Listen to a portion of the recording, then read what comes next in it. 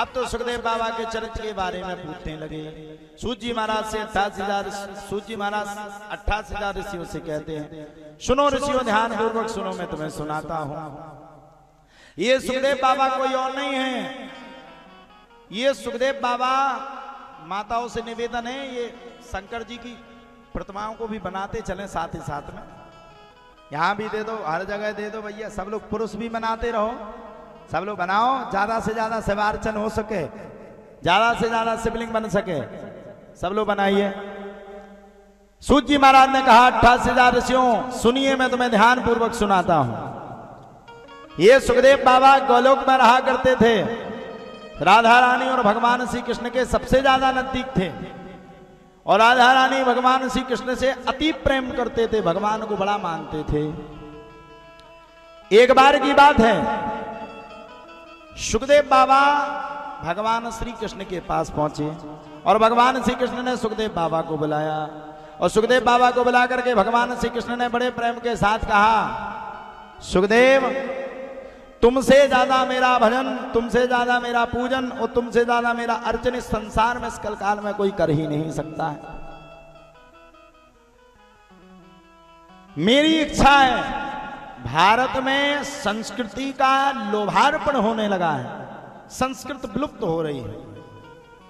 आप लोगों को पता है, जितने भारत में कथावाचक हैं, जितनी ये कथाएं चल रही हैं, ये कोई ऐसे वैसे कोई सिंपल पुरुष नहीं है, ये महान पुरुष हैं, महान संत हैं, जो भगवान के द्वारा इस पृथ्वी उस कलकाल पर पहुंचाए गए। सुखदेव बाबा से भी भगवान श्री कृष्ण ने कहा, सुखदेव पृथ्वी लोक में मनुष्य अब मानव से दानव बन गया है, आसुरी प्रवृत्ति का हो गया है, कोई भी भगवान का भजन करने के लिए तैयार नहीं है, कोई भी भगवान का पूजन करने के लिए तैयार नहीं, अभी तो कोई भी भगवान का अर्चन करने के लिए तैयार नहीं। अब क्या किया जाए? सुखदेव बाबा कहते हैं, सुनो भगवान, आप आदेश करो। भगवान श्री कृष्ण ने कहा कि सुखदेव मेरी तो एक इच्छा है कि तुम क्यों ना पृथ्वी लोक पे चले जाओ और जाकर के वहां पर धर्म की ध्वजा लहरा डालो। सुखदेव बोले, ना ना प्रभु क्षमा करो, हम नहीं जाएंगे पृथ्वी लोक। बोले क्यों? बोले भगवान आपकी माया बड़ी प्रबल है और आपकी माया में विलुप्त हम खुद हो जाएंगे। बोले चिंता मत करो भैया, तुम मेरी माया में बिल्कुल भी विलुप्त नहीं होगे, तुम मेरी माया से हमेशा दूर रहोगे। जब सुखदेव बाबा के इतने वचनों को सुना, तब तो प्यारे कहा जाता है, इतने वचनों को सुनने के बाद सुखदेव जी महाराज एक तोती के गर्भ में जाकर के अंडा के रूप में गर्भवत में पलने लगे।